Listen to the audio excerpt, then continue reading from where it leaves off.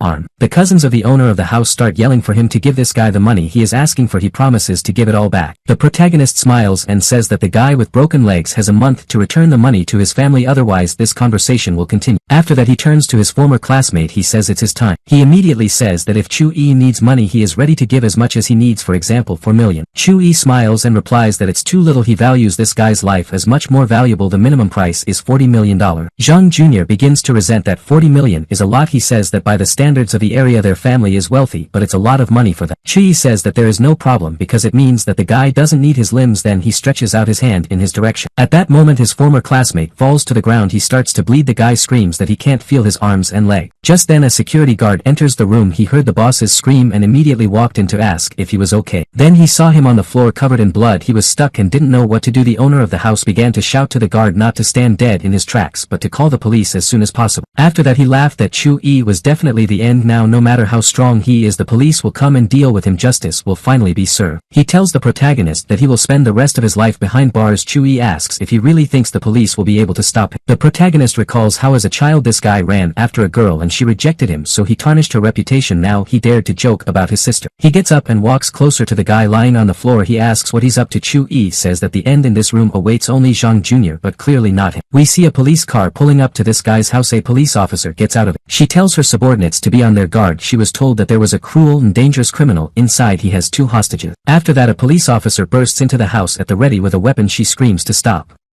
Hands up. Then she sees the protagonist in front of her. It turned out that they knew each other well, but at the same time they had not seen each other for a long time. Chu-yi is surprised to see her. He didn't know she was a police officer. The girl asks him what he's doing here. She had heard that he was working as a teacher at the 3rd school. It turns out that the girl was once in love with this young man. Chu-yi begins to explain that the guy lying on the floor attacked his father. He came here to deal with him. Zhang Jr. starts yelling at the female officer to grab the guy as soon as he attacked him and is a criminal. Of course the girl hid the weapon, but she has to figure it out, so she takes out the handcuffs and tells Chu-yi that he will have to go with her to the station. The guy treats her with understanding. He agrees to accompany her to the police station, but first he wants to call. Already in the car, Chu-yi was given a call. It turned out that he had dialed his father, who knew the girl well. Then he passed the receiver to her. Ta picked up the phone and started talking to Chu-yi's father. He knew her well. Dad thought they were on a date. The protagonist asked him not to worry as he was fine. Chu-yi was embarrassed that his parent had joked about him and the girl. Dad thought they had a date and then they'd have fun all night. The girl replies that it's been so long and Chu-yi is still having so much fun. Events are transferred to the hospital. There we see Zhang Jr. with his father and mother beside him. The latter says that they should definitely find the culprit who did this to their son and punish him. It looks like the guy will be paralyzed for the rest of his life. Zhang Jr. comes to his senses. He sees his father and tells him that he wants the man who did this to him to burn in hell. The father replies that an old friend of his works in the police. In addition, they have witnesses and evidence. He won't just leave this situation and will take care of that guy. Then the events are transferred to the police station. It's already late at night. Outside only one room has a light. There we see the protagonist. He tells the police that this is his first time at the police station. It's quite an interesting experience. One of the officers bangs his fist on the table and says that jokes are inappropriate here as the matter is serious. He suspects that Chu-yi attacked the guy for selfish reason. The protagonist replies that this is nonsense as he is an outstanding teacher and could not attack anyone. He only wanted to visit old friends. At the same time, if it is about injuries, then they themselves decided to deprive themselves of limbs. Another officer starts yelling at him for making a fool of himself. Chu-yi replies that he doesn't do any of that. He doesn't know why they mutilated themselves. Then he says that the time is late and it would be good to continue this conversation on another day. One of the officers hearing these words smiles and says that in this case they will take him to the restroom so that he can rest there and become more accommodating. Of course we're talking about the camera. That's where the protagonist is led. The door opens and Chu-yi is pushed in saying, "Come in." After that the handcuffs are removed from him. One of the inmates immediately begins to molest the protagonist. He says they've been tasked with dealing with him. Then he smiles ominously. The guy looks menacing. Chu-yi looked around. He assumes they are local thugs. It seems that they were hired by Zhang Hongyu's relatives. That is why he was sent to an isolation ward. That tough guy with a bald head and a scar on his face runs up to him and swings to punch him. Of course Chu-yi easily manages to dodge the blow and grab the guy by the arm. Then he punches him in the legs and screams at him on his knee. That thug obediently obeys orders. As he doesn't have much of a choice, he begins to beg for mercy. Chu-yi says he's going to rest. If someone is not satisfied with something they can quickly fix it. Then he walks and sits down on the bunk. The guy realizes that the spiritual force is getting weaker. That's bad. The Tang family and the Chu family must elect their tutor to stand guard. He urgently needs to engage in spiritual practice. He doesn't have much time. He must bring the earth into balance. Then the divine gates will open. We see the police officer herself at home. She can't sleep. She wonders how the guy could get into such trouble. She reminisces about their past. At one time she liked him very much. At some point she makes you a promise that she will do anything to help him. She can't bear to see what might happen to him. In the morning she comes to the boss. He tells her that she looks like she hasn't slept all night. He recommends that she take a day off. The girl tells her boss that she came here about yesterday's business. The guy she arrested is her classmate. She tells her boss that she needs to get to the bottom of the matter. He replies that there is irrefutable evidence of his guilt. Their former friendships should not affect them in any way. The girl leaves the office and realizes that she will not be able to achieve anything here. She wants to see Chu-yi. She asks one of the officers which cell Chu-yi is in and she needs to interrogate him. The guy thought for a moment and then replied that he had been taken to the 1048 cell. The girl was frightened as there were real thugs in this cell. She realizes that her former classmate and friend is in terrible danger. Her colleague replies that he has nothing to do with it. He was ordered to do so and he obediently obeyed the order. The girl says she doesn't care and she she's going to get the guy out of that cell and then interrogate him to get a better understanding of the case. We see her running down the hallway to quickly open the cell and take Chu-yi out of there. She runs up to her with shouts of "Chu-yi, you're okay," and freezes in surprise. She sees that these same thugs are hiding in the corners and the protagonist looks quite rested and walks towards her with a calm step. The girl is happy that everything is fine with the guy. She asks if he's okay or if he's okay. The guy replies that everything seems to be fine but he is hungry, he wouldn't refuse some food. In the next scene we see the protagonist sitting in an interrogation room. Across from him sits a girl, an officer, and her colleague. Chu-yi wonders if he can call. The girl gives him the phone and asks who he is going to call. The boy replies that he wants to talk to his student and at the same time to their boss Guopanle. Chu-yi managed to get through to the man. He began to tell him that he was at the police station. The girl was surprised by this. At first she didn't even believe that he had called Guo's boss. Chu-yi asked if they knew who Guopanle was. He is the head of the public security department. A guy officer said that you shouldn't try to show off here. It may be appropriate in front of a girl but not in front of him. He recommends confessing to what you have done. After a while Chu-yi is visited by the Zhang family. The protagonist didn't expect to see them here. Zhang Jr. laughs at the protagonist and asks why he's not as cool as he used to be. He calls Chu-yi a pathetic coward. Chu-yi replies that he hasn't learned anything. He suggests that at least this time he should think with his head and not in another place. The mother of the guy in the wheelchair, as soon as she saw the main character, immediately wanted to throw herself at him for the fact that he crippled her son. Chu-yi's girlfriend, a police officer, stood up for him. She said there would be no fights here. The protagonist asked the boy's mother why they didn't talk about how their son took his father's job and then robbed and beat him. In addition, he humiliated his sister. Who is right and who is wrong in this situation?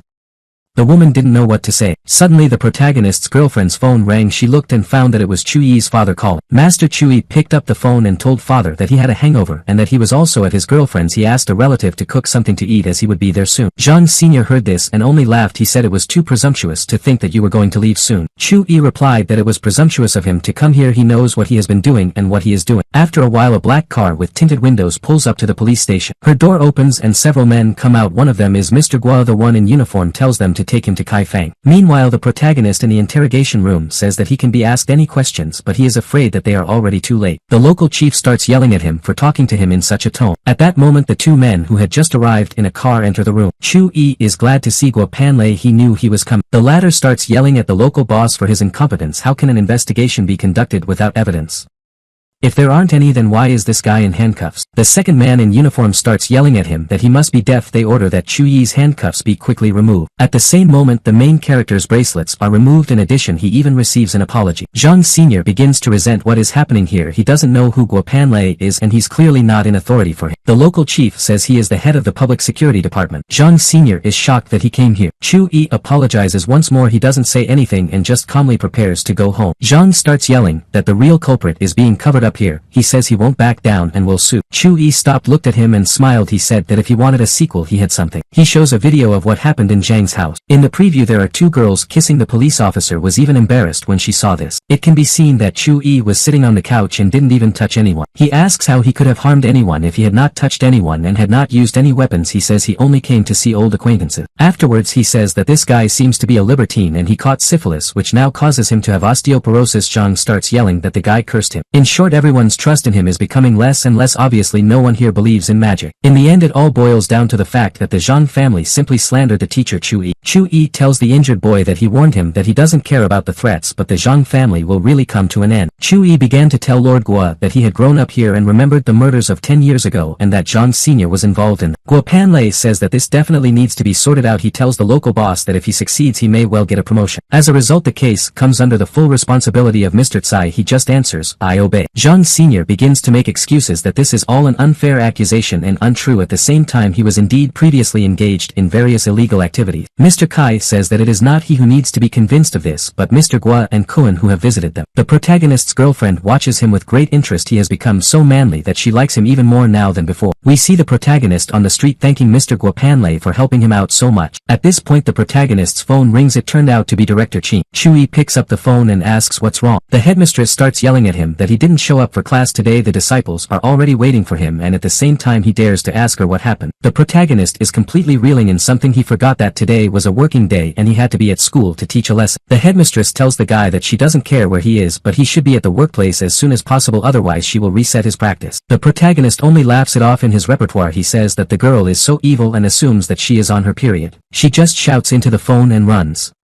She does it so loudly that even those around her could hear it. Chi laughs and says he can't miss work. Guopanlei laughs in response, understand. After a certain amount of time we see the protagonist in the headmistress's office. He apologizes to her for missing class. He brings her an explanatory note and puts it on the table. The girl says that he will not go unpunished in any case. He will attend a 3-day seminar. Students of secondary school number 1 will come there. She explains to him that it's important not to embarrass yourself. The protagonist talks to her teeth, and at that moment he tosses something into her coffee. At her request he gives his consent. The girl noticed that he had slipped something into her glass. She became indignant, but he managed to run out of the office. On the way out the guy said that she was definitely on her period and needed to rest as much as possible. The girl began to shout loudly at him and he quickly ran away. She took a cup of coffee and looked at it. She wondered what he had put in there. The main character came to the classroom and decided to treat the children to chocolates. At the same time they turned out to be very tasteless. The guys said that it would not be possible to bribe them with such tasteless chocolate. At the same time not everyone shared this opinion. Some liked the treat. Chu-yi tells them to chew more and rub less at him off, that they're so ungrateful. Next the guy makes an announcement. He said that in 2 months there would be an exam and the one who would be the first among the disciples would sit next to Lola. Of course all the guys in the class immediately began to compete with each other to see who would win and be able to sit with that beauty. The teacher says that's not the only news. He talked about the guests from secondary school number 1 and asked his students to be quieter and calmer. The head of the class said that it probably only concerned the teacher since the headmistress had not told them anything like that. Chu-yi replies that he is their homeroom teacher and the face of the entire class. They have to work as one. At this moment Han Zheng is talking to the headmistress. He saw that they had a new young teacher. He asks if he can join his class with his students. The headmistress replies that she would like to ask Master Chu-yi about it first. The man asks if he understands correctly that this young teacher is the culprit behind Chen Junyu's dismissal. The principal enters the classroom. Chu-yi saw the man and guessed that it was the teacher from the number 1 middle school. At the same time he jokes as usual. The girl tells him that he came here to listen to his lesson. She wants Chu-yi to behave decently and try to show their school to be the best. The girl says that they have already lost to school number 1 3 times in a row. This is a bad tradition and now we can't lose. Chu-yi replies that they are lucky to have him now. With him they will definitely not lose. The protagonist approaches the teacher from school number 1 and offers him to go to class. He thanks him for the invitation and calls his disciples. Chu-yi wasn't prepared for this. He did not know that this teacher had not come alone but with his disciples. Chu-yi's disciples looked around for a while at the children from the other schools. Some were determined and believed in their victory while others were afraid. Chu-yi looked at his disciples and was surprised at how quietly they were sitting. They seemed to have understood the importance of the event. The guy continued to teach the lesson. He began to talk about love in the poems of antiquity. Then he continued with the theme of calligraphy. The students were a little stunned. Chu-yi said very abstruse things. Somehow the guys didn't even notice that he was so smart. The protagonist realizes that there are outstanding students in front of him and he cannot hit his face in the dirt. It was fortunate that in the realm of the gods he mastered calligraphy. Chu-yi says that a hieroglyph is the embodiment of the soul. He says that a true master is able to determine the traits of a person's character, his diseases, and not only by one hieroglyph. A teacher from a rival school says he disagrees. He is sure that all this is exaggeration and nonsense. The vice principal and the headmistress herself supervise the lesson. The deputy is sure that Chu-yi has stirred up too much and will regret it now. The protagonist says that if they don't believe him then he is ready to back up his words with deeds. He says that he himself knows everything about a person by hieroglyph. Of course it sounded like a challenge, so immediately one of the students shouted that he wanted to try it on him. A couple of seconds later he was writing various hieroglyphs on the blackboard with chalk. As a rule this guy is quite quiet. Chu-yi was surprised that he had volunteered to participate in this experiment today. A teacher from a rival school looked at the protagonist with meaning and expected him to screw up. After the disciple finished writing, Chu-yi walked over to the blackboard and began to tell various information about him. At the same time all this was quite accurate. The disciple was even embarrassed as Chu-yi said that he seemed to have just recently been an outcast and hit the bullseye. It turned out that he had been rejected by Lola. The teacher from the number 1 middle school told the protagonist that it was his student and it all looked like some kind of collusion. He wants to offer to try again, but this time with his student. He summoned a guy named Zheng Yang to write the characters on the blackboard and Master Chu-yi tried to tell something about him from them. Chu-yi began to scrutinize what this young man was writing. He began to talk about how this guy had recently had an argument with his girlfriend. After that Chu-yi looked around and said that she seemed to be in this classroom right now. Then he said who it was. Another teacher yelled at the student that she had warned them not to be romantically involved at school. The guy only sadly asked her for forgiveness for this. It seemed that Chu-yi wasn't wrong again. He decided to invite the teacher to write the hieroglyphs on the blackboard to reinforce the result of the experiment. He was overconfident and still thought that it was all just a show and nothing more. At the same time he was not going to play by the rules. In turn the teacher from the first school agreed. She cheated a bit. She said she would write only one hieroglyph. Of course it was a difficult task. However Chu-yi began to talk about this woman's relationship with her parents. He also spoke about her character as well as about her health problem. Of course the latter hooked the girl. After all no one wants to discuss their health problems especially in public. Chu-yi asked Master Han if he had managed to convince him that it all worked. After that Chu-yi said that no one in the entire province understands calligraphy as well as he does. Teacher Han had doubts about the latter. He is sure that there are many calligraphers who understand calligraphy better than this teacher. By the the way he is one of them. The headmistress realized that this teacher from a rival school was most likely one of the top 8 choreographers in Georgia. The teacher heard this and said that she was right and that he was indeed one of the 8 best calligraphers. He was surprised that the headmaster was interested. The funny thing was that this was the first time Chu-yi had heard of this. He doesn't know any of the top 8 calligraphers. It turned out that the father of one of the students had even ordered a painting from teacher Han and it was very expensive. Chu-yi praised the teacher from the rival school and said that he would need to learn something from him. In fact, Chu-yi was determined to go to the last. Of course that guy was flattered to be praised. He said he would start with the most basic writing styles. He purposely behaved in such a way as to belittle both the teacher and the students of this school. He was given a large sheet of paper and a writing instrument. The teacher got to work and began to write. The students were impressed by his skill and skills. It was immediately clear that he was really in the top 8 and deserved it. Many did not believe in Master Chu-yi's victory. After Master Han finished, he said that it was now Master Chu-yi's turn to show what he was capable of. Chu-yi looked at the result and thought that Master Han was a real window dresser. He didn't see anything special on the sheets of paper. Chu-yi asked for 2 sheets of paper at once. Master Han even smirked a little when he heard this. He asked if Chu-yi really knew how to write or if he was just making a point. The main character said that it was a simple time saver and now he would show everything. After that he got down to business and began to write with both hands at once. Everyone was stunned when they saw it. Even the vice principal, who doesn't like him too much, thought that Master Chu-yi was very cool. After a while Chu-yi finished. He picked up the pieces of paper and showed them to the audience. Master Han realized that he was a true master. The teacher from the first school was also in a frenzied state. The students of the third school began to admire the main character. They began to shout that their homeroom teacher was the most talented calligrapher. It went on for some time. Master Han realized that he had lost this argument. The headmistress was watching Chu-yi. She still thought he was a fool, but a cool fool. Then she thought about the fact that lately he has been making her more and more happy and admirable. A smile crossed her face. Chu-yi remarked that Master Han was only angry but not praising the writing technique he had seen. Of course in his heart he was very angry. At the same time he tried to behave calmly and said that talent is talent. After that he decided to take a closer look at the hieroglyphs. It turned out that on the first and second sheets the hieroglyphs were completely consistent. At the same time the hieroglyphs of the Han teacher were not completely connected with each other. He hovered and stared silently at the sheets of paper. Chu-yi told him that he had lost. Afterwards he added that it was not about talent but about the fact that he lost in spirit. Chu-yi as a teacher was willing to point out this guy's mistake. It's all about the malice that hides in his soul. He realized that it had been suggested to him by Chin Junyu. Chu-yi says that he didn't reach his full potential but it was already enough to win. Master Han on the other hand didn't agree with all of this and wasn't going to give up. He said he had simply underestimated his opponent. Now it offers competitions between students. Chi asks what kind of competition he is talking about. Teacher Han began to trump the fact that his students surpassed the students of the protagonist in their academic success. It offers physical strength competitions to give a head start to Chu-yi's disciple. The children themselves became indignant when they heard such a proposal. Chu-yi immediately agreed. He suggested that the competition should be held tomorrow. After that Master Chen and his students left the classroom. He was sure that Chu-yi would get it tomorrow and this school would lose again. Meanwhile the 18th grade students were depressed and demoralized. They clearly did not believe in their victory. Chu-yi saw that they were all in a bad mood and asked what was wrong. The headmistress approached Chu-yi and said that there were some difficulties. In order for the girls to participate in the kendo competition 3 more girls are needed. There are not enough of them. One of the students explained to the protagonist that when they entered the university they gave up this useless sport. Another girl said that she used to do a little fencing. Another girl raised her hand and said she was too. Chu-yi realizes that now they are only missing one girl. Where can I get it? At this point one of the students says that Lola seems to have been doing this as well. After a while we see the headmistress's office. She tells Chu-yi that she told the committee that this time class number 18 will represent their school. Afterwards she complimented Chu-yi for winning that calligraphy argument and asked him why he had become a mere teacher. Chu-yi only smiled as he couldn't tell her everything that had happened to him in his previous life. The girl saw that he was not going to explain anything and said that it was not so important. Now we need to focus on that competition. They talked about it for a while but then Chu-yi moved on to the headmistress's own problems. As we recall he had previously advised her to find a bodyguard. The girl tells him that she doesn't need him in this city. Sometimes bodyguards are more dangerous than the criminals themselves. The guy replies that she is partially right and in any case she can always rely on him. The girl tells him not to talk nonsense and to think better about the upcoming certification. Chu-yi said that he had already defended the honor of the school. This means that he clearly deserves to work here. The girl explained to him that the certification system is determined by the school. If the majority of the management agrees then there will be no problem with this. At the same time many teachers dislike Chu-yi. Chu-yi replies that he hates pandering to some bourgeois. The girl decides to end this conversation and says that she has business in the main character's area so she can give him a ride. Chu-yi replies that after the victory he thought that now he would be given a ride home by the headmistress for life, but it is only about today, which upsets him. The girl gets angry and replies that he is a real impudent person and this is the first time she has met such a person. Chu-yi smiles and says that he is polite. After a while we see a car driving through the evening city. In the passenger seats sits the headmistress and the protagonist Chu-yi took out his phone as Fong Huang called him. The protagonist picked up the phone and asked Mr. Huang what happened. He says that they were able to find out that the company of the headmistress's family is going to develop a new drug. The case smells of money. He's hinting at something special. Chu-yi abruptly interrupts the conversation and tells him that she is his friend. Now Mr. Huang knows what he needs to do. Chu-yi realizes that all the big businessmen in the city have now perked up their ear. It is at this point that the protagonist notices that they are being followed. When the headmistress heard this, she was frightened and stunned. The driver says there's nothing to worry about, everything is fine and no one is watching them and this is nonsense. Chu-yi replies that this is not paranoia and that they are not being watched from the road but from the air. It turned out that he was indeed right. Right now a quadcopter hovered in the air above their car. The driver heard his sound and said that he would get Mrs. Ching home safely no matter what it cost. Chu-yi said that this is a bad idea as the attacker clearly has a plan. He told the driver to immediately turn towards the suburb. He asked him why he had to listen to him. Chu-yi took out a knife and pressed it to the driver's throat. Then he told him not to show off if his life was dear to him, and he did as he was told. The headmistress clearly didn't expect this. She asked Chu-yi if he could be trusted at all after that. The protagonist replied that he was the only one she could really trust 100% right now. Still she decided to listen to him. She told the driver to do as Master Chu-yi had said. The protagonist realizes that if there were no witnesses here he would have figured it out long ago. I wonder what the enemy is up to. The car started moving. Chu-yi told the driver not to stop under any circumstances and to move towards the suburb. The protagonist realizes that if a drone is used for surveillance then the enemies are most likely nearby. After that the protagonist turned his attention to 3 black Mercedes. There are about 10 opponents or even more. Only after a certain amount of time did the driver notice that they were being chased by 3 cars. The girl is frightened. She asks what's going on and what they should do. Chu-yi tells her not to worry as he is with her and will do anything to help her. There is no need to panic. The driver asks Master Chu-yi if he has served in the army for an hour. Chu-yi asks if he's talking about the Air Wolf Squad. It turned out that they were indirectly acquainted. The fact is that the driver served there. He got there right after Chu-yi retired. The commander constantly remembered the main character. One of the black cars managed to overtake them and cut them off. As a result they had to stop. Armed criminals got out of the car. Chu-yi told the driver to stay in the car and protect the girl. He in turn was going to go out and deal with those criminals. The girl asks the protagonist not to come out. He says you need to trust him. Chu-yi got out of the car and addressed one of the guys who seemed to be in charge. He asked if they wanted him to teach them rock. A bald criminal with a bladed weapon in his hands told Chu-yi to shut up and give them the girl alive. Chu-yi asked him if he looked like someone who would stand on ceremony. Needless to say the attackers were angered by these words. As a result several guys who were behind the protagonist rushed at him. With a flick of his hand Chu-yi caused them to fly in different directions. They clearly didn't expect this. Chu-yi walked over to one of them and put his foot on his chest before asking who they were working for. Their boss told the rest of the guys to kill the bastard. All they want is that everyone else is expendable. Chu-yi managed to dodge the bald man's attack and grabbed him by the throat and then lifted him off the ground and repeated his question. Chu-yi used his strength to find out the truth. It seems that Lin Haifeng is behind all this. After all the protagonist told him not to appear in the city. The girl in the car heard the name. Chu-yi told her to close her eyes as it was better for her not to see what would happen next. The girl says that the fight won't scare her because she's seen them before. The other attackers started shouting for Chu-yi to let their boss go. The main character used his magic power and the guys scattered in different directions. All were liquidated. After a certain amount of time we see the person who hired them. He received a phone call informing him that all the mercenaries had been killed. At this moment the protagonist appears behind him. He asks why he broke his promise. He warns that he won't get off like that this time. The protagonist says that the insignificant cockroach does not need to interfere in the affairs of Hua Xing's company. Chi warns that he will kill anyone. Lin Sen. He got scared and dropped the phone which caused the device to break. It is not entirely clear how this meeting ended. In the next scene we see the protagonist sitting in the teacher's room listening to music while singing along. One of his colleagues comes in and she says good morning to him and gives him a cup of hot coffee. Chu-yi begins to praise Miss Tan's appearance. It looks really cool. The girl reciprocates his feelings. She says that he is not only attractive but also talented as well as a very courteous young man. One of the teachers ran out of the teacher's room and said that he was going to vomit from such calf tenderness. Chu-yi was approached by the headmistress and told that there was something they needed to discuss. We can see that she doesn't like Chu-yi flirting with the teacher too much. They stepped aside a little. The guy asks the headmistress what she wanted to discuss with him. The girl starts talking about what happened yesterday. She says it's all very dangerous. Chu-yi explains that they are just a bunch of bullies and he dispersed them all. He recommends that she hire more people like her driver. He is clearly trustworthy. The girl realizes that he doesn't tell her everything. They weren't just bullies, they were professional mercenaries. Chu-yi didn't just disperse them but severely injured them or even killed them. The girl had been very worried about Master Chu-yi all night and now she was angry that he was so indifferent. The headmistress took a deep breath and exhaled loudly after she bowed her head to the protagonist and said to him thank you. After that she burst into tears and began to run away. The main character did not understand what he needed to do and as usual began to laugh it off. The events are moved to day X when the competition between the students of the 3rd and 1st secondary schools is to take place. Chu-yi worries that Lola hasn't come yet. After all he told her about the competition and she is still gone. One of the students asks Master Chu-yi if he really told Lola the time. Chu-yi replies that he wrote to her on QQ. She didn't answer, but she was online. The students begin to compete with each other over who Lola likes best. That's when the competition begins. The guys wish their classmate good luck. We see the opponent, a girl from the first school. The battle begins. The girl from the first school is serious. At the same time, a girl from the third school doubts her ability. Guys on both sides try to support their classmates in every possible way. As a result, the girl from the third school loses. It's pretty fast. A man praises a girl from high school and says that she gets stronger with each fight. Next year she will probably win the national championship. Master Han tells Chu-yi that the victory will apparently be theirs. Chu-yi doesn't really agree with that. The same big man in the brown suit tells Master Han that there are 2 more fights ahead. At the same time, he is also confident in the victory of the first school. The referee blows his whistle and invites the next participants to the duel. That big man in a brown suit instructs the frail blonde that she must take her opponent by surprise and deliver a powerful and fast blow. A girl from the third school asks the protagonist to voice some kind of instruction as well. Chu-yi can see that she is very determined and doesn't really need it, so he just tells her to destroy the enemy. She smiles confidently and replies to him, "Understood." The opponents take to the field. They stand opposite each other and wait for the referee's command. At one point he says they started. A girl from the third school rushes to the attack. This battle is longer. Chu-yi is surprised by the strength and speed of the representative of their school. At the same time, he cannot determine what art of swordsmanship she possesses. She seems to be completely self-taught. Chu-yi is glad that there are such talented guys in his class. The girl from the first school realizes that she is about to lose due to the pressure of her opponent. She simply fails to switch to attack mode. Her mentor yells at her to stab her in the shoulder. He goes on to say that she must destroy her rival. The blonde really goes on the attack. At the same time, she breaks the rules. The guys from the third school start shouting that the referee does not control the fight at all because there was a violation of the rules. Teacher Han tells the protagonist that he can give some advice to his student to help her. Chu-yi only calls this guy a scoundrel in a veiled way. Still, he took his advice. He yells at his student to attack her opponent in the chest. The girl trusted him and decided to take his advice as she was sure that he could not be wrong. Her opponent's mentor yells at the blonde again and gives her instructions. The battle continues. Chu-yi sees that his disciple is not listening too much but again yells for her to attack in the chest. That blonde's mentor is very nervous and screams like a deranged person. Chu-yi's apprentice tries to stab her in the chest and does so several times, but her opponent deftly dodges it. At the same time, she feels somehow awkward as she constantly hears about her breasts. At one point she breaks down and yells for everyone to stop saying it, after which she gets hit and falls to the ground. In this fight, the representative of the third secondary school won. The side of the rivals only out of anger releases various nasty things in the direction of the main character, his students from school. Teacher Han even turns to the headmistress and says that he is surprised that such a mean and impudent teacher could appear in their school, meaning Chu-yi. The protagonist asks Teacher Han if he is sure he wants to quarrel with him also, who started it all first. Of course, Master Han says that it's all Chu-yi's fault, and the big man in the brown suit says that there's nothing to worry about as it's going to be the third and final duel. At the same time, their student is very strong and cannot be defeated by such tricks. He asks her to show herself. We see a rather fragile girl in a traditional outfit. She behaves quite calmly and reservedly. At the same time, it is clear from the way she holds sports equipment that she is a pro. The girl is very beautiful and many guys from the main character's class liked her. He just chuckled because this was a representative of the rivals. Chu-yi appreciated this girl and felt her strength. It is comparable to the ancient art of swordsmanship. Chu-yi isn't sure if Lola will be able to stand up to her. At the same time, Lola is still not there, which is kind of a problem. The mayor said that he had told her the time and she replied that it would be any minute. Chu-yi asks him what time it is. The student replies that it is 8:52 a.m. The judge says another 30 seconds. If the second competitor does not qualify during this time, the third school will be automatically disqualified. Master Han smiles maliciously and tells Chu-yi that he has started the countdown. He says the third school seems to have lost. Chu-yi is as calm as possible and says that there are still a few tens of seconds left. There is no need to jump to conclusion. At the same time, the protagonist thought that these scoundrels could have kidnapped Lola. He voiced his thoughts aloud. Master Han said that there is no need to talk nonsense. High school one wouldn't commit a crime. It's disgusting. A representative of the first school is waiting for her rival. She says that this same Lola seems to have just shrunk and didn't come. Lola's classmates shout that the girl is about to come and she is not afraid of anyone. None of them would have fled the battlefield as they are not like that. This girl says that she is ready to give them another chance in this case. She suggests that they can choose one person. If he can take a few of her blows, she will admit defeat. The guys began to excuse themselves that they did not know kendo. In short, no one wanted to risk their health and their appearance. The referee said there were 10 seconds left. If Lola does not show up for the competition, then the third school is disqualified. The girl on the battlefield laughs and says that there are only cowards in the third school. They said they were not fleeing the battlefield, but we see the opposite. At last Lola showed up. She says, "I'm here," and unties her ribbon tie. Her classmates as well as her homeroom teacher are happy that she has finally appeared. The girl takes a ribbon from her neck, gathers her hair and ties it into a ponytail. The mayor gives the girl a wooden sword. She says she doesn't need it. Chu-yi just smiled. He thought about the fact that this girl stood out even more than he did. Lola walked up to her rival and greeted her. She said she didn't need any formalities and was ready to start. Lola replies that she agrees to such conditions. A battle ensues and we see that Lola is not as simple as she seems. Glowing beams of energy fly in different directions from her body. Seeing this, the opponent immediately drops the sword to the ground. She realizes that she has already lost without a fight and falls to her knees. The spectators around them can't understand what even happened. Children from school number 1 even accuse their rivals of cheating. Master Han asks the big man in the brown jacket who is his colleague what just happened in the arena. He replies that their girl lost. He doesn't quite understand what exactly happened, but the fact of defeat is obvious. The mayor addresses the protagonist. He wonders what Chui thinks about it. The teacher replies that their rival Lola didn't stand a chance. Even if her sword was very sharp, she would still lose. At the same time, we see that the same self-confident girl is very discouraged. She has never lost to her peers. She is very sad. Lola tells her that she is no match in kendo. To match her in skill, she will have to train a lot. The girl lifts her head and says that she can easily defeat Lola with swords, but it won't be kendo. At the same time, deep down, she still accepted her defeat. Lola laughs and says that in a past life she thought about discarding false notions, clearing her mind and forgetting herself and becoming one with her sword. The opponent was stunned by such instructions that sounded very wise. Still, she bowed her head to Lola and thanked her for her advice. The referee announces that middle school student number 3 wins the third battle. The students of the third school begin to rejoice as they have 2 victories out of 3 guys like Lola, even more now than before. Now the guys are rolling up to Lin Xiaomei as well. After all, she also won. The boys begin to ask her about kendo training. They wonder how she learned to swing a blade like that. The girl was embarrassed and said that as a child she helped her father slaughter pigs. As a matter of fact, this is how she acquired her first skills. The guys are laughing. One of them says that if he cuts vegetables he can also become a martial artist. Chu Yi heard this conversation and decided to interject into it. He tells this young man that life is all about knowledge and experience. This should not be underestimated. The mayor decided to tease his homeroom teacher and asked if he hadn't said before that no one could compare with scoundrels. Chu Yi smiled at first and then made a serious face and asked in surprise, "Really?"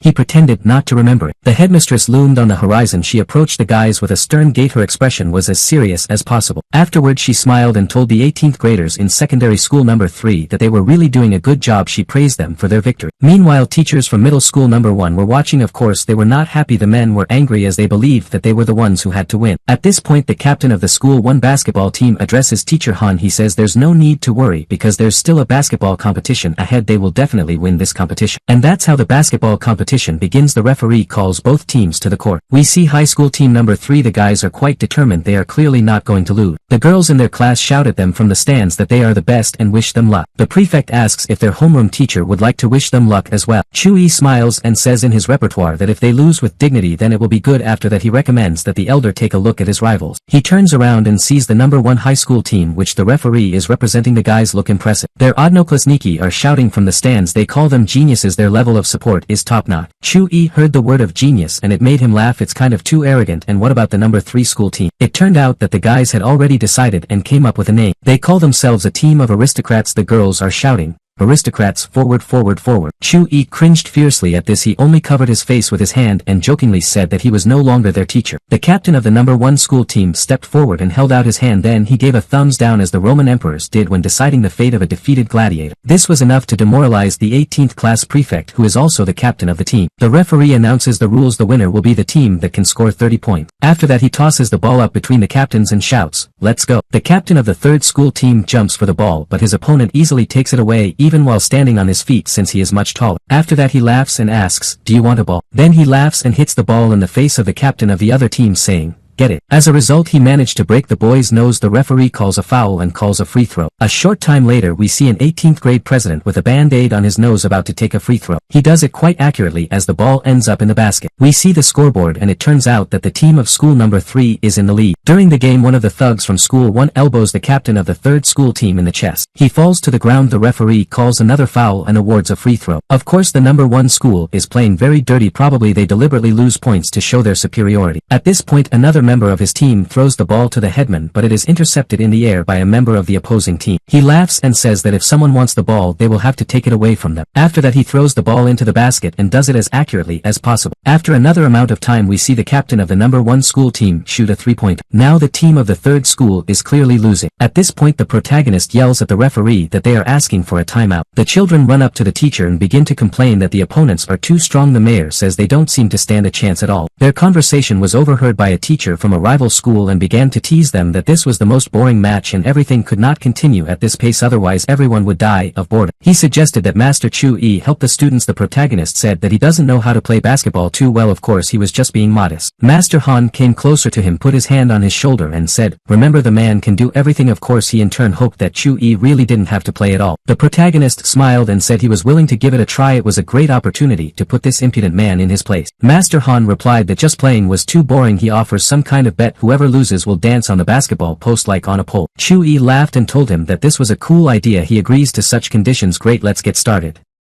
he said. The girls began to dissuade the main character. It turned out that Master Han used to play on a famous basketball team and it's all such a trick. The headmistress also decided to intervene in this conversation. She told Chu-yi that he shouldn't play. If he couldn't play, he must understand that they are only waiting for his shame. Chu-yi smiled back at her and said that the man can do everything. Of course it sounded as pretentious and cool as possible, which made the girl like the main character even more, but at the same time she was very worried because the reputation of the school was at stake. Master Chu-yi nicely took off his jacket and threw it aside, after which he said that the timeout was over and it was time to stretch his leg. Master Han was already on the sports field. He told him that in that case it was time to start. The game has begun. Chu-yi's main competitor was 100% sure that he would win as he had a pretty good experience in the sport. How wrong he was. Chu-yi walked around him quite easily. After that he collided with the captain of the rival team, but he was unable to stop. After a few steps and deft movements, the main character is already near the basket and throws the ball there. Master Han is shocked by this. He can't believe it happened. How can this be? After a couple of minutes of play, Chu-yi manages to score a few more goals at the same time. Each time he makes it easier and even more pretentious. In the end, the aristocrat team scores 30 points and their opponents 25. The referee announces that the match is over. It turns out that the third school won. Her disciples begin to rejoice with joy. The headmistress is also delighted. Of course she was glad that her school had upheld its reputation and finally won, but it was the teacher Chu-yi who surprised her the most. The guys from the team of the third school ran up to the main character and began to throw him in the air since it was thanks to him that they won. The headmistress just smiled when she saw this and then took off her glasses and said, "Oh, you." Lola heard it. She told the headmistress that she was still very young and that she should not have said that. The headmistress put her glasses back on, smiled and told the apprentice that she thought as if she were older than her. After that the woman tried to say something clever with the air of a mentor. At the same time it is worth saying that it turned out to be not too good for her in this situation. Lola looks wiser and more mature. After the conversation she leaves and we see her thinking that there isn't much time left, that it doesn't matter. The Han teacher turned to the headmistress of the third school and said that this time they would admit defeat. Then he said it was time for them to leave. It was at this moment that Chu-yi stopped him and reminded him of the conditions under which the loser had to dance the dance. The girl principal said that this is unnecessary since the school competitions are over and the teachers can return. As a result, both teachers from the first school quickly got out of here. The disciples only booed them because they did not know how to lose. Next we see Mrs. Chin Ran's office. The protagonist enters there. He opened the door and asked if she was there. The girl smiled and asked him why he should ask if she was there when he had already opened the door and seen everything for himself. Chu-yi said that in that case he wanted to get down to business. Then he straightened his tie and walked closer to her. The guy leaned over the table and told her that he had dealt with it all well and that he was now entitled to some kind of reward. The girl was a little embarrassed and it was evident from the blush on her cheeks. She asked what reward he was talking about and what he wanted. The guy slammed his hand on the table and said that he wanted to finally end this probationary period. The girl gave him a rather brief but at the same time very informative answer. No. Chu-yi said that in that case he wanted to ask her if he could arrange an autumn trip with the class. The girl agreed, but only within the city limits and after the exam. At the same time she clarified that she wanted to tell him something. She tells Chu-yi that his sister hopes he can return home. The guy makes a surprised face and says that he didn't know they knew, even though it's a lie and he knew everything. He then leans even closer to her, touches her face with his hand and tells her that he can do anything if she wants to. In response the girl slapped him on the arm and said that she was tired of these jokes since she was serious. She then asks about manhwa. Chu-yi makes a rather brazen gesture. In response he takes off her glasses and says he's never seen her without them before. Afterwards he looks at her carefully and says that she has beautiful eyes and looks much more beautiful without glasses. At that moment a guy walks into the room with a cigarette. He smirks and says that he didn't seem to come in at the right time. Chu-yi replies that if he understands this then why is he still standing here. Chin Ren quickly put on her glasses and asked the guy who had just entered the room what he wanted. Chu-yi sensed that she hated him, maybe even feared him. This young man took a savory drag on his cigarette and then said that he had come just like that. He went on to ask if he had upset the girl by interrupting their idol. She replied that he was talking nonsense. This is her office and you can't enter here without her permission. Afterwards she asked him to leave. The guy began to resent that she was so rude to him because they are connected by a friendship of 20 years and they are an ideal couple since childhood. The girl in turn began to scold him for his familiarity. She said they weren't that close. The impudent guy smiled and replied that he wouldn't argue with her. He said he had come here to discuss the date of their wedding with her and to invite her to dinner. The girl said that their parents only joked about their wedding when they were children. Now they are adults and absolutely not suitable for each other. The guy began to tell her that he was very suitable for her and then began to act like a fool. At this moment, in order to cool down his ardor a little, Chu-yi threw the water from the bottle into this young man's face. Then he began to laugh and said that he was sorry that he had distracted him and that he could go on. Chu-yi noticed that this guy had a kiss mark on his neck. It doesn't look like he's really in love with this girl, more like it's a local Casanova. The guy was angry at first and then calmed down, wiped the water from his face and began to tell that there were already many rumors about Chu-yi and the headmistress. The protagonist replied that it was natural and there was nothing to be done since he was a celebrity and there was always gossip about them. At that moment a woman came into the office and called the headmistress. She said she needed to talk to her for a couple of minutes. Chin Ran left the room and left the two alone. That same suitor told the protagonist to get out of this city, otherwise he would make hell for him here. He then added that he was indeed responsible for his words and that Chin Ran belonged only to him. Chu-yi asked, did he understand correctly that this was a threat to him? Afterwards he said he didn't like it very much. The young man smirked and replied to Chu-yi that if it wasn't for the girl he wouldn't even pay attention to him. Master Chu-yi is poor, ugly, and what is there to talk about? After that he said that he could lower the protagonist below the plinth so that he would crawl along the bottom with his head down all his life. It was at this point that the protagonist's patience came to an end. He couldn't stand it anymore and punched this guy in the face. Then he took some kind of rope and tied the guy's hands. He got scared and began to threaten the main character with his connection. Chu-yi was quite calm and confident. He didn't say a word. The bound guy realized that the case was bad and began to ask to be released. Chu-yi slapped him a few more times and said that he shouldn't have been threatened. Now he has to teach this young man a lesson. He didn't hit him too hard, but he managed to put him in his place. That guy still wouldn't give up and kept shouting, "Do you know who I am?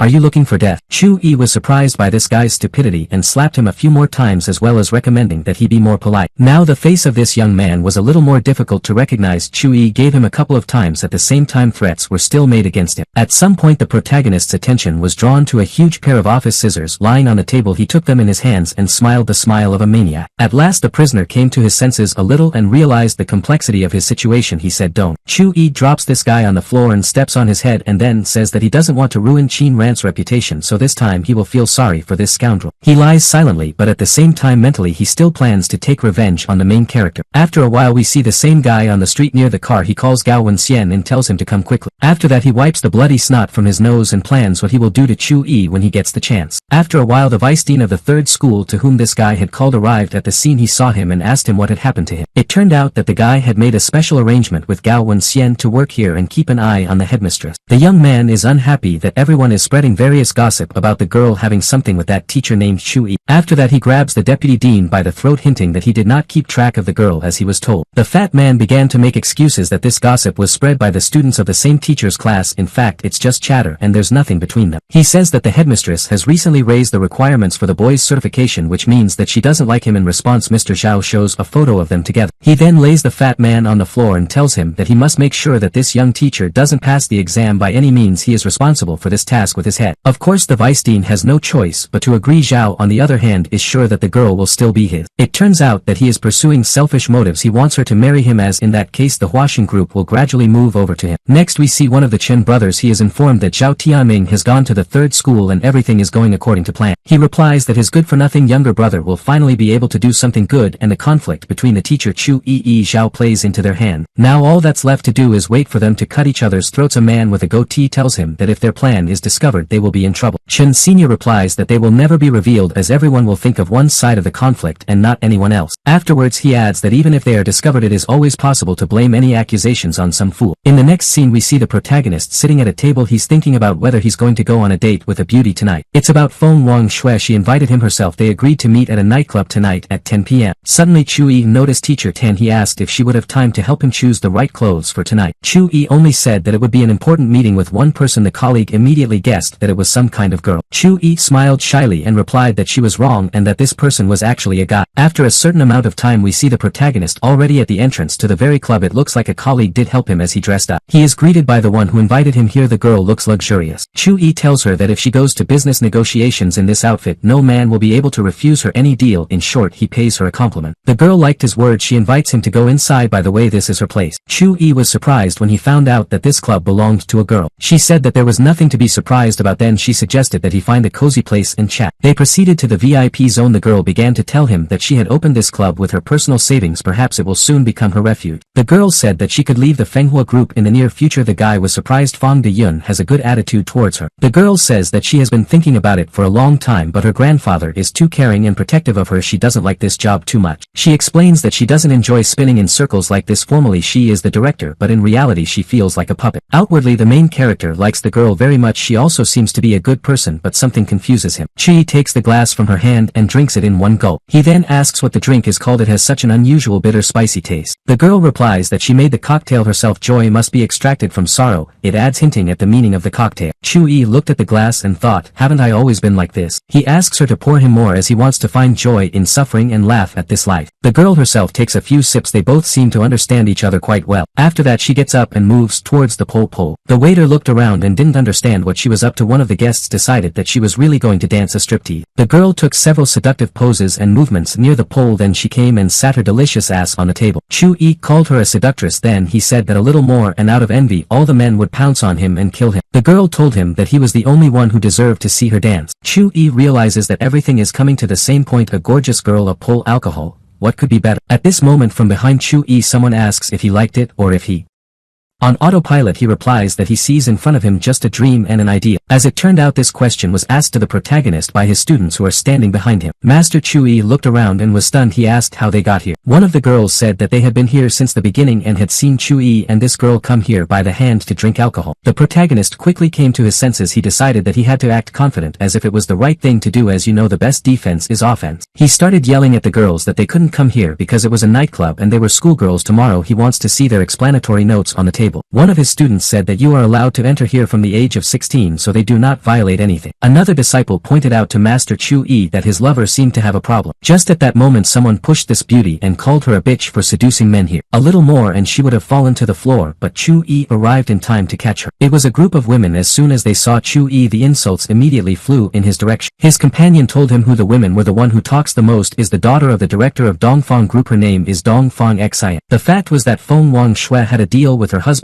After that he began to roll up to her. As a result she has to avoid him as she cannot blacklist him. Of course his wife found out about this, so now she is angry. The protagonist's companion says that it is better not to come into conflict with this woman as she does not have a very good reputation. In addition, the corporation she announced is the third largest in the city. Chu-yi said that he could help in this situation, but first he would like to thank her for the beautiful dance. Insults are heard in the direction of the girl. Again there are even threats. Chu-yi tells the Grimza to shut up. Those girls who stood next to her immediately changed their opinion about the main character. He literally wounded their hearts with his voice like Cupid with an arrow. Chu-yi began to insult this woman. He said that any woman could take her husband away because her face looked like a car had run over it. That girl without thinking twice called the guys from the support group to deal with this guy. Next we see a big man who asks the protagonist if a man can offend fragile girl. He then promises Chu-yi to beat him up if he interferes. As we remember, the teacher Chu-yi was not made with a finger. He calls this group of guys sweaty men and makes a defiant gesture with his finger. Of course this turns them on. The big man is called Chu-yi Alphonse and is warned one last time to keep quiet, otherwise he will be in trouble. In response a glass flies into his head and shatters his face. Chu-yi then adds that you will definitely have to pay compensation for the broken glass. That big guy starts yelling at the whole place, calling Chu-yi a stinking asshole. A fight is clearly inevitable. Chu-yi is ready for her and attacks the other guy and then the third guy. At the same time he used a bottle of wine for this and reminded everyone that this drink costs 1,000 yuan and it will be necessary to compensate for its cost. One of the students shouts that Master Chu-yi is a good guy and that this is what these scoundrels need. Meanwhile, after Chu-yi calmed the men down a little, his companion continues to sort things out with her abuser. She asks her to leave the place and not show herself again. At that moment another man watches from the balcony smoking a cigar. He is unhappy that the girl danced for Chu-yi. It turns out that he has been showing the girl signs of attention for a long time and she rejected him, and here she is dancing in front of some guy. His man tells him that she can be tied up and taken to his bedroom. The man agrees with him but says he doesn't have time for that today because he has invited an important client. At the same time he is interested in observing the situation down there. The person he is waiting for is Mr. Wei Fu. He owes the man with the cigar and the man wants to ask him for a favor. After a while we see Mr. Wei coming. The girls are still arguing. The same grumpy woman yells at the protagonist's companion that she will hire people to break her and her friend's leg. Chu-yi responds to her with rather biting and sarcastic phrases. He behaves calmly and confidently. At that moment the same man who was watching them from the balcony intervenes in the conversation. He says he didn't think he'd be able to see someone insult Miss Dong. He said that anyone who offends this woman automatically crosses his path. Of course Mrs. Dong was glad to have someone standing up for her and she immediately began to talk about the cooperation of their companies on some issue. Chu-yi in turn turned to his companion and asked what kind of man he was. She said that it was better not to argue with him. At the same time she was afraid that after all this Fanghua group would definitely give up on her. The protagonist felt that the girl was worried and afraid. At that moment he didn't even need to talk about it. He put his hand on the girl's head and said that from that day on no one would ever hurt her again. Chu-yi told Mrs. Dong that she had invited a bunch of losers to protect her. This most talkative comrade will now become cannon fodder. Of course the man was angry when he heard this. He asked Mr. Wei for help. The protagonist's companion did not expect to see Wei Fu. She was terrified when she saw him. The protagonist's female students have also heard about this man. They were surprised to see him here as they wondered how such a small company was able to invite him. Miss Dong was glad that this man was here and that he seemed to be on her side. Now this couple is clearly not going to be well. At last Mr. Wei opened his mouth. After all he had only stood mysteriously and silently watched what was happening. Break your own legs, he said. The protagonist's companion wanted to protect Chu-yi if anything happened. The same spurned suitor asked them if they had heard what Mr. Wei had told them. Chu-yi looked at him sternly. He knew that this man would regret his word. Of course Chu-yi didn't hurt him to begin with. He simply gave him a slight slap in the face, causing the glasses on Master Wei's face to be skewed. Of course the others were surprised to see it. No one expected such impudence. After all this young man dared to slap Mr. Wei in the face. Mr. Wei pathetically took off his glasses. It seems that now someone will come to an end, people around thought. After that he bowed low to the protagonist and said that he did not expect to see him here. What a coincidence, he said. Needless to say, at that moment there was a pause of silence in the room. No one could understand what was going on. No one could have guessed that the two of them knew each other, and Master Wei was respectful of this young man. Chu-yi told him to sort things out. Master Wei promised that he would do so. After that he went to the man who asked him for help and slapped him in the face. He crashed to the floor. After that he began to justify himself that he was not guilty of anything and there was no need to take out his anger on him. Master Wei told the man lying on the floor to quickly apologize to Master Chu-yi. Chu-yi said that he didn't need an apology. He just doesn't want to see this person here anymore, and he also doesn't want him to harass Feng Wangshu. Mr. Wei kicked the man and told him to quickly do as he was told, as long as Master Chu-yi was in a good mood. Now the protagonist's attention is focused on Mrs. Dong. He recalls that the damage for broken glasses and expensive wine amounts to about 1 million. The woman starts yelling at him in response. She still doesn't realize that this guy is not to be trifled with. Chu-yi just wanted her to compensate for the material damage to the establishment. The girl continues to make threats. She said that she was going to call her brother and that everyone would suddenly be in trouble. The owner of this club tells the woman to calm down. After all, the situation has almost been resolved and there is no need to stir up a scandal. In fact, the girl doesn't want brother Dong to get into it. The fact is that he is a serious person and this can be fraught with no less serious problems. Miss Dong is well aware that her brother is feared. Of course Master Chu-yi's girlfriend's patience is also coming to an end. She is annoyed that she can neither hit nor yell at her opponent. In the end Miss Dong does get a slap in the face, but not from the one she yells at for half the evening. Lola intervenes in all this lewdness. Not only does she slap the woman in the face, but they grab her by the hair and tell her to stop acting like a fool. Still she breaks free and runs to the side. A woman in hysterics, she threatens everyone with death. The protagonist's companion asks if he is really a teacher and if she understood correctly that all these girls are his student. Before Chu-yi can explain, one of the girls runs up to him and tells him that it's true and that he's their teacher. Events are moved to another location. This mountain villa is a large and beautiful building. We see that Dong Feng's half-brother lives. Their sister just complains to him about what happened to her. Her brother listens intently. The girl says that she wanted to teach Feng Wangshu a lesson, but she was with her lover and they dared to beat her as well as their men. She asks her brother to avenge her. Her brother tells her not to worry about anything and to visit a doctor. If she needs medical attention, he'll take care of the rest. After a while we see him at the computer. He searches there for information about the protagonist. He managed to do it quite quickly. It looks like Chu-yi is in for trouble tomorrow. At the same time we see on the screen the dossier not only of the protagonist A and the headmistress. This guy wants to get his hands on the research materials of the Huaxing group. Events are postponed to the next day. We see Qin Ran sitting in her office angry that Chu-yi didn't even make this week's practice report. Just then Mrs. Dong's brother walks into her office. He acts as polite as possible and asks if he came in correctly, as he is looking for Director Qin Ran's office. When he is sure that he has come to the right place, he begins to tell him that yesterday one of the teachers of the third school beat up his sister. He says his sister is seriously injured. The headmistress replies that she is ready to fire the man. Then she asks what is the name of the teacher. The guy says his name is Chu-yi and he's heard that this guy is on probation, so firing him will probably be easy. The headmistress hadn't expected to hear that. She says it's not that simple and she can't kick the man out. Besides, she knows him well and he wouldn't just beat a woman. The guy jumped out of his chair, slammed his hands on the table and said that it was all just an excuse. The girl told him that she knew Chu-yi well and that he was not that kind of person. She recommends that the guy ask his sister more about what happened there. It seems that the terrible voice will not scare her. The girl tells him that he is not the only one in this city who is so formidable and dangerous. He asks who will be more dangerous than he. The girl smiles and tells him that the man's last name is Chu. The guy asks in surprise, is he he from the Chu family who lives in Tsinghua City? The girl replies that it is so. In addition, he is not an ordinary member of the family but the eldest grandson of Chu Huaigu. The guy doesn't believe it. He says that the eldest grandson is Chu Zhongfei and he saw him at the town meeting. The headmistress asked didn't he notice that the members of this family mentioned Chu Zhongtian. He was really frightened. He understands that he may have serious problems and it is not worth the risk. The girl says that his surprise at her is understandable since it is not entirely clear how the young master from this family came to this city. She says she doesn't know everything herself. Afterward she asks him if she would be so protective of a teacher who constantly screws up. At the same time it is forbidden to tell anyone about what she has just voiced. Miss Dong's brother says he's heard rumors that the headmistress is kind of. He wonders if it's true. The girl explains that all this is nothing more than a rumor but they have a really good friendship. A short time later we see a car in which Mrs. Dong's brother is talking to her on the phone. She wonders if he's dealt with the scoundrel. Her brother starts yelling at her. He demands that she tell him as much detail as possible about what happened yesterday. When he heard that even Master Wei Fu was bowing down to this young man, he knew that it was all true. After that we see him sitting with a pensive look and looking out the window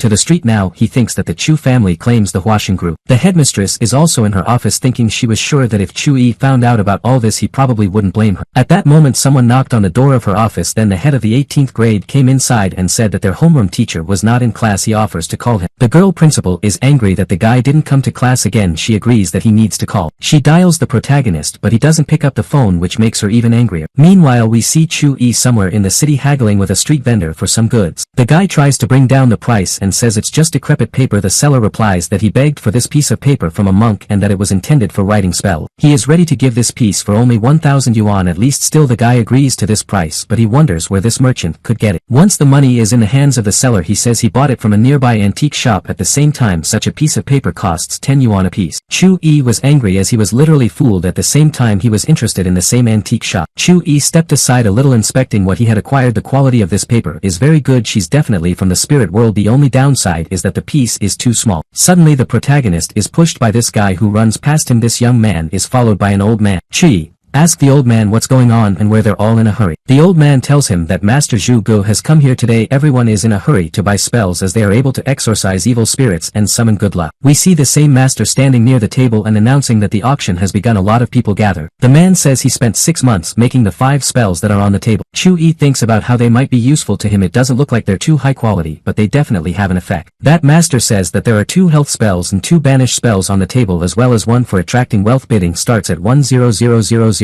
Chu Yi is shocked by the price he heard. He believes that it is excessively high. A girl standing beside him heard it. She said that if you didn't have money you shouldn't come here if you were a beggar. At this moment Chu Yi's nose twisted violently and he wanted to sneeze. I couldn't stand it. He sneezed and did it right at the same girl. At the same time it is worth saying that he did it quite wet and all this splendor ended up on the girl's dress. As expected she became indignant. She began to demand that the guy compensate for everything and also apologize to her. Chu Yi told her that it was all his fault since he sneezed because of her makeup. After that he voiced a few more snarky phrases in his repertoire in the direction of that girl. She was really angry. At that moment another girl approaches them. She tries to calm that blonde sneeze and explains that this young man didn't sneeze on purpose and there is no reason to make a fuss. The girl begins to complain that he did it on purpose. In addition he is also mocking her now. Chu Yi liked the name of the girl who was calm and tried to resolve the situation. Her name is Sure. The same blonde angry starts yelling at him again that he's also trying to show off. At the same time she constantly calls him a rogue. Chu Yi understood that his clothes didn't tell that he was rich. At the same time he is not a rogue but simply does not like to boast. Sure approached the guy and told him to forgive her friend as she has a bad temper but she actually has a good heart. She says they don't want problems. They came here to find a cure that could cure their grandfather. The blonde says that she has heard that Master Zhu Gu is a true professional. His spell is sure to work. In the meantime trading continues. Spell prices are going up and up. Sure raises his hand and voices his price. It offers $2 million.